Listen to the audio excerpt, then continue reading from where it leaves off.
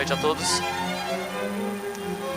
Que o Mestre Jesus possa nos iluminar por mais essa noite, trazendo através das palavras edificantes do Evangelho, luz para todos nós, para nossas almas, para nossa conduta. O Evangelho de hoje traz uma proposta para todos nós, do estudo sobre há muitas moradas na casa do meu Pai. Essa parte está no capítulo 14 de João, onde ele vai estar falando, reproduzindo a mensagem de Jesus, deixando assim: não turbe o vosso coração, crede em Deus, crede também em mim, há muitas moradas na casa de meu Pai. Jesus está pedindo a todos nós um voto de confiança, porque Ele está buscando nos orientar com relação à progressão dos mundos, a necessidade que todos nós temos de buscar a evolução espiritual nas lutas do dia a dia, combatendo as nossas más inclinações, buscando nos corrigirmos através das orientações edificantes do Mestre Jesus. Cabe a todos nós a busca deste conhecimento libertador, buscar a chave que abrirá as prisões que nos mantêm encarcerados ainda, muitas vezes por séculos, reencarnação após reencarnação, nos mantemos aprisionados ainda aos grilhões da ignorância, do ódio, da vingança, nos tornando algozes de nós mesmos. Buscamos então, através da mensagem libertadora do Mestre Jesus, buscar a bússola que vai guiar os nossos caminhos, pois a bússola aponta sempre para o norte, independente para onde você vire, ela estará apontando para o norte. Jesus é para todos nós a nossa bússola, independente do problema, da dificuldade que todos nós passamos. Jesus é a bússola que sempre estará nos norteando para o caminho de encontro ao nosso Pai, nosso Deus. Jesus então é o nosso irmão, nosso mestre, o Espírito mais elevado que veio à Terra com a missão de trazer a luz e dissipar as trevas da ignorância, tirando os misticismos que muitas vezes, como escama-véu, obscurecia as nossas visões, para que pudéssemos buscar o nosso melhoramento e libertação. O Evangelho é para todos nós a chave que abrirá as nossas prisões internas e nos libertará como almas escravizadas de passados longínquos, onde nos mantivemos encarcerados ainda a costumes equivocados, a pensamentos viciosos, a vícios morais. Ele então vem, há quase 2000 anos, fazer o convite a todos nós, para que pudéssemos confiar nele, que pudéssemos crer em Deus, mas crer também nele. E ele estava trazendo para nós a garantia das muitas moradas, para que todos nós entendêssemos que a casa de Deus está pronta para abrigar a todos. Não existe ninguém que ficaria desamparado diante da promessa de Deus. Deus não vai ter os escolhidos, os agraciados. Deus tem a morada para todos os filhos. mas basta que os filhos queiram buscar entrar no reino dos céus. Jesus foi na frente para preparar as moradas, para que cada um de nós, de acordo com os nossos esforços, diante da vida e dos desafios, pudéssemos nos tornar os escolhidos. Pois muitos são os chamados, mas poucos os escolhidos. Todo aquele que ouviu em algum tempo, seja agora ou em encarnações pretéritas, que ouviu a palavra do Mestre Jesus, foi chamado, porque recebeu o convite da Boa Nova, o convite para habitar o reino dos céus. Mas agora, o trabalho de tornar-se escolhido ficou a cabo de cada um de nós na grande prova da vida. Como um aluno que estuda para a sua prova mais difícil, ficando noites sem dormir, estudando, cansado, buscando através da sua dedicação e renúncia alcançar o grande prêmio de aprovação naquela prova que ele tanto almeja. Nós outros estamos na grande prova da vida, do dia a dia, onde nós temos que renunciar muitas vezes aos nossos desejos mundanos, que nos desencaminharia do caminho reto da salvação que nos leva ao Cristo. Nós temos que renunciar. Muitas vezes aqueles que nos ofendem nos caluniam. Nós temos que nos corrigir diante do ódio, do orgulho, do egoísmo, da vaidade, da prepotência e de todos os vícios morais que atravancam esse processo de reforma íntima. Então cada um de nós temos a prova, e a prova é de acordo com as nossas forças, nossa capacidade.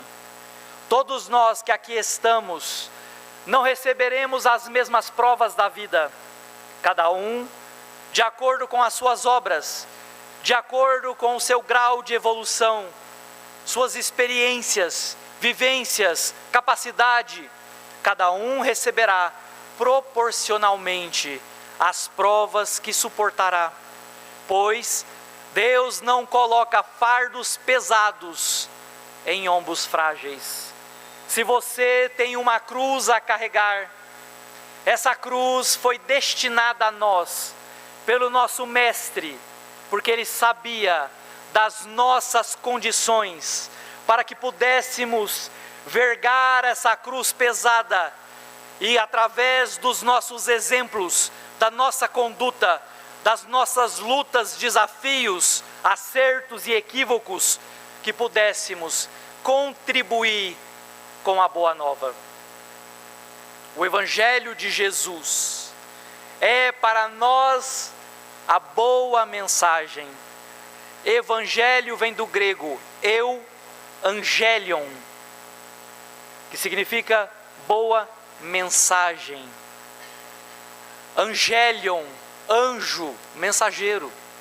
Então o Evangelho é para todos nós a boa mensagem que o Cristo nos trouxe, para que libertasse a nós, e que nós, com os nossos exemplos, esforços, dedicação, renúncia, pudéssemos ajudar os outros irmãos que estão chegando.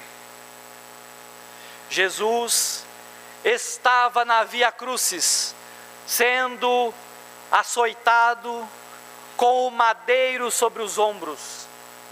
Alguns historiadores e teólogos vão falar que Jesus estava carregando uma cruz, outros que ele só estava carregando a trave, a parte superior da cruz sobre os seus ombros.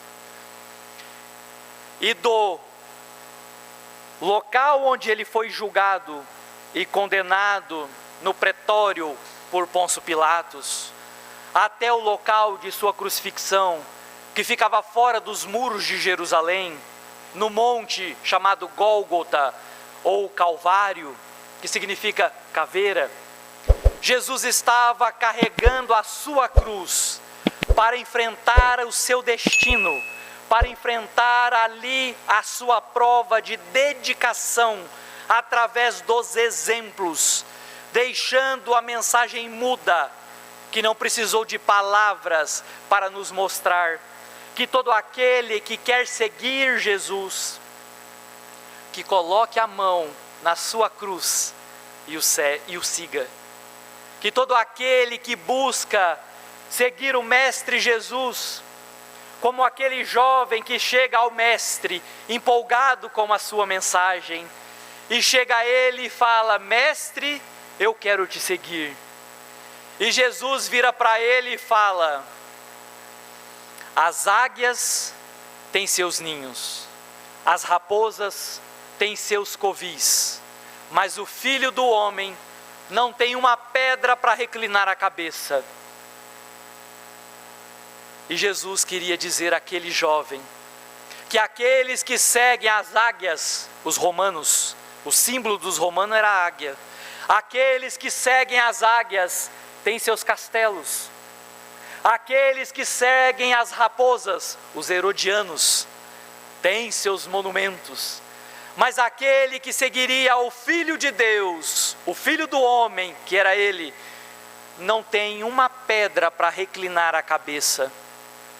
Aquele jovem estava sob a empolgação, sem saber como seria talvez o que esperava quando ele quisesse de fato seguir Jesus. Talvez ainda sem compreender e achando que o caminho daquele que segue o Cristo é o caminho das belezas, das alegrias, das festas. Jesus estava falando para ele: se você quer me seguir, nada de material eu posso te dar, porque nenhuma pedra eu tenho para reclinar a cabeça. Porque a proposta de Jesus a todos nós não foi nos enriquecer, não foi juntar coisas materiais, transitórias, passageiras, efêmeras, que um simples mosquitinho da dengue, transmitindo um vírus, pode interromper e abreviar a nossa encarnação, deixando para trás toda a nossa ilusão, os nossos castelos, os nossos carros, a nossa vida prazerosa e confortável material, e não levamos nada, porque Jesus queria deixar a nós, que todos nós que o seguimos, temos que ter dentro de nós a consciência que a vida material é necessária, mas não é a mais importante. Que devemos sim estudar, que podemos sim buscar a riqueza, o conforto, que não é errado, mas temos que entender que essa riqueza é transitória, mas que a riqueza que ele trazia era a riqueza da imortalidade, que todo aquele que o seguisse estaria recebendo da espiritualidade o apoio, o conforto, as diretrizes, não para aquela vida somente, mas para toda a eternidade. Quantas foram as pessoas que foram curadas pelo Mestre Jesus àquela época, e todas elas morreram? Curou talvez da lepra, mas morreu por outro motivo, porque Jesus não veio para curar os corpos, mas libertar as almas. E hoje se torna o desafio que o nosso Mestre tem tido, de tentar desencarcerar as almas que mantêm-se ainda aprisionadas. A porta da nossa gaiola já foi aberta, mas ainda apegado às coisas do passado, às coisas negativas, nos mantemos ali dentro, estagnados, sem querer alçar voos para a imortalidade. Jesus está a nos convidar, através da sua mensagem, a nos libertar, para que todos nós pudéssemos nos unir, nos ajuntando, para que auxiliando uns aos outros, como um grande feixe de varas, nos fortalecendo e auxiliando a grande marcha do cristianismo, de levar a luz do Mestre aos corações em trevas. Que a claridade dos seus ensinamentos possa ser vista e lida em nossa conduta. As nossas vidas são livros, e o que as pessoas estão lendo nas páginas das nossas vidas? Qual é o legado que eu, cristão, seguidor do Mestre Jesus, estou deixando para que aqueles que ainda não o conhecem possam ler nas páginas da minha conduta os ensinamentos do Cristo?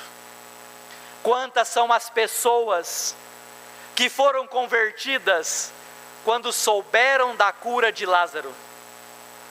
Lázaro estava aparentemente morto, estava já dentro de um local apropriado para que fosse ali feito o seu enterro.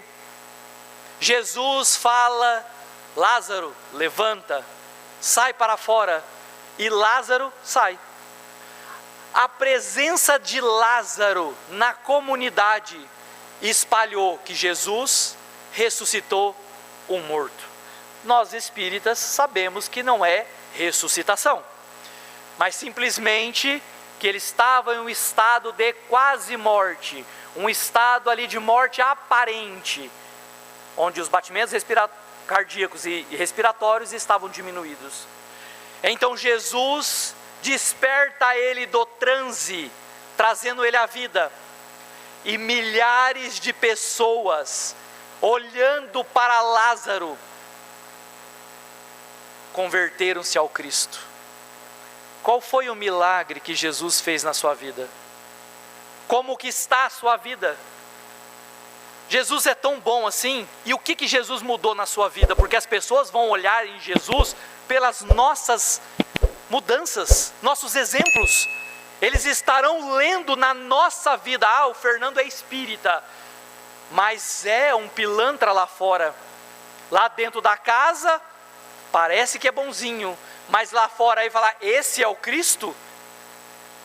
Agora, se eu sou uma pessoa digna lá fora, não só aqui dentro, mas lá fora, as pessoas olham em nós, cristãos, e aqueles que estão perdidos, muitas vezes através dos enganos, das dores, da dificuldade, dos problemas emocionais, vão olhar para nós e buscar a imagem do Cristo em nós, e modificando as suas vidas. Então nós outros podemos ser colaboradores da Boa Nova, porque Jesus é o grande sol, Ele trouxe a luz ao mundo, e cada um de nós que recebemos a palavra de Jesus, é como se recebêssemos uma pequena tocha, que saímos nas veredas do caminho da vida, dos caminhos escuros, levando a nossa pequena luz que absorvemos do Cristo, e encontraremos aqueles irmãos que a sua luz está apagada, e nós vamos contribuir, repartindo a luz que recebemos dele, ajudando a acender a luz daqueles que permitiram que a sua luz fosse apagada. Eis o nosso obstáculo: vencer a nós mesmos, para que possamos servir ao Cristo na longa marcha da caminhada. Dias difíceis estão chegando, passamos por problemas, desde guerra, problemas climáticos, problemas internos, problemas políticos, a sociedade convulsiona, e sem o Cristo pereceremos mais rápido ainda diante de toda a convulsão que o planeta vive. Jesus nos deixou o ensinamento que Ele é a videira, o pé de uva, e nós somos os ramos. Se apartar o ramo da videira, o ramo seca, porque ele perde a seiva da vida, e aquele ramo seca. Nós outros, quando afastamos da seiva da vida, do amor que o Cristo nos legou, nós também começamos o processo de adoecimento. Nós vamos permitindo que a nossa luz interior se apague. Nós vamos murchando como aquele ramo que, afastado da sua árvore principal, acaba se perdendo. Não permita que a vossa luz se apague, porque Jesus nos disse que eu sou a luz do mundo, e pediu a todos nós: brilhai a vossa luz, porque recebemos a luz dele, e agora, como mensageiros pequenos do Mestre Jesus, temos a missão de levar a luz onde há trevas, levar a palavra de conforto do nosso Mestre aos corações aflitos e necessitados. Ouvindo agora recentemente uma palestra de Georges Elahá, ele fala que a fome ainda é um problema grave a todos nós, mas hoje a fome emocional tem crescido de tal monta que tem perturbado e tornando causa de saúde pública. Eu trabalho no SUS, e o SUS está lotado de pessoas necessitadas, com problemas emocionais de todos os campos, de todas as áreas. Nós temos a necessidade do profissional médico, de terapia, de medicamento, mas acima de tudo, nós temos necessidade de Jesus. É a este homem que deu seu corpo à crucifixão, que deixou a sua vida, que poderia ter nascido na púrpura romana, poderia ter nascido no berço do Sinédrio, ou na alta casta dos herodianos, aceita nascer como filho de um carpinteiro e de uma mulher que era dona de casa. Nasce em uma manjedoura, um coxo, onde os animais se alimentavam. A este homem humilde, que negou a si mesmo para ser o nosso mestre, o nosso Salvador. Ele está, através do seu evangelho, a cantar as melodias, para que possa refrigerar as nossas almas cansadas e sofridas. E o seu convite é para que todos nós possamos alcançar um dia as muitas moradas que Ele nos preparou e nos espera, como nós vamos ver quando Judas equivocadamente acaba traindo sem a intenção.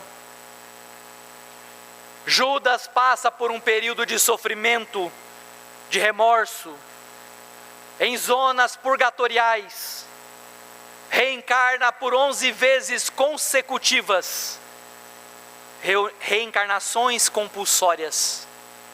Em todas elas pediu a lepra, a hanseníase, como sua companheira, para que a dor e o sofrimento pudesse depurar o seu espírito, que estava ali com remorso de ter se equivocado e, direto ou indiretamente, traído o Mestre Jesus.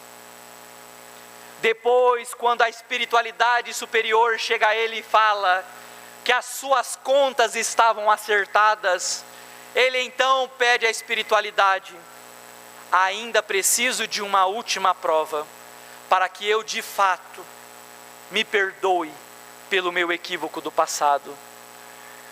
Eis que então a Dulce Puccelli, a querida Joana d'Arc, nasce em terras francesas, a jovem virgem que tinha visões, que através das suas visões levou a França à libertação do jugo da Inglaterra em uma guerra interminável.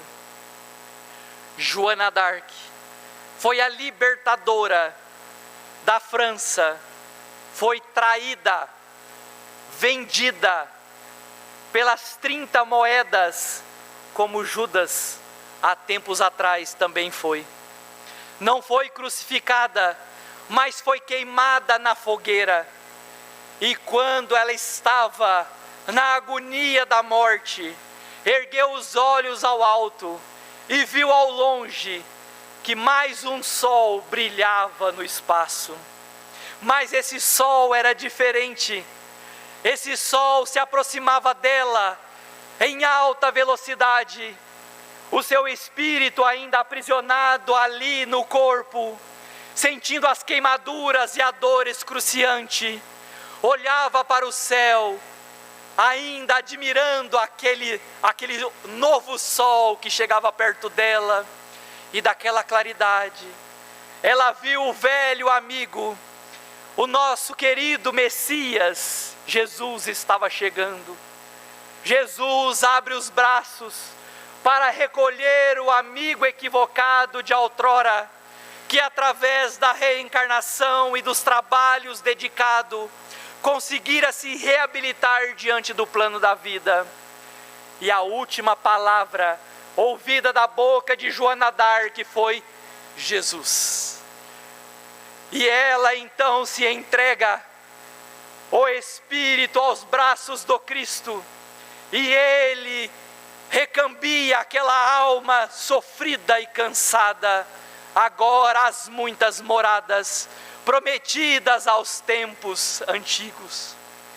Então nós outros, almas equivocadas, como Judas também, que traímos direto ou indiretamente a mensagem do Cristo, estamos hoje enfrentando os nossos obstáculos, passando por dificuldades internas, cada um tem a sua, mas que um dia, seja nessa ou em algumas encarnações para frente, que possamos ao nosso desencarne olhar para o céu e ter a dádiva de ser recolhido pela espiritualidade superior, ou quem sabe, de acordo com as nossas renúncias e o mérito, pelo próprio Cristo. O grande dia das nossas almas, onde nenhuma alegria humana e material poderá ser considerada ou comparada a este dia de libertação das nossas amarras, da libertação dos nossos espíritos. Então eu venho a dizer que compensa renunciar às nossas vidas, que compensa perdoar os nossos irmãos, que compensa acreditar no convite do Mestre Jesus, que pede que nós confiemos em Deus, mas que também confiemos nele, porque na casa do nosso Pai há muitas moradas e ninguém ficará desamparado. Que nós espíritas possamos unir no trabalho cristão, sem melindres, sem vaidades. O patrão é o Cristo.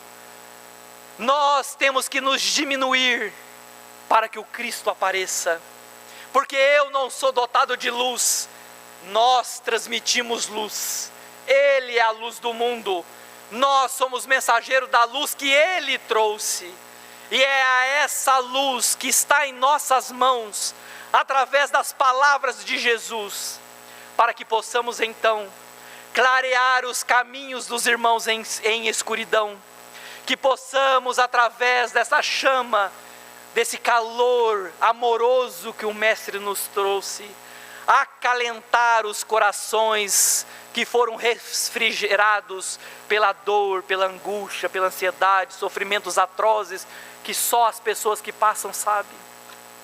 Eis o convite para todos nós, irmãos, voltemos ao Cristo, religamos a Ele, não nos permitamos afastar de Jesus, principalmente nos momentos que passamos.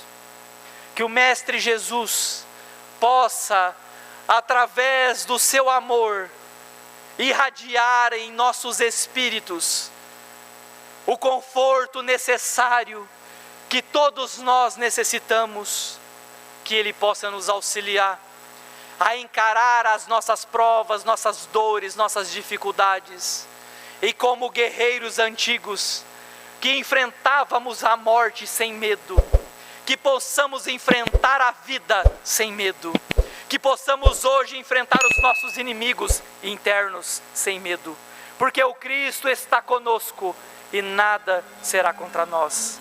Que Ele abençoe a todos nós e a essa casa que nos acolhe, hoje, agora e sempre, que assim seja.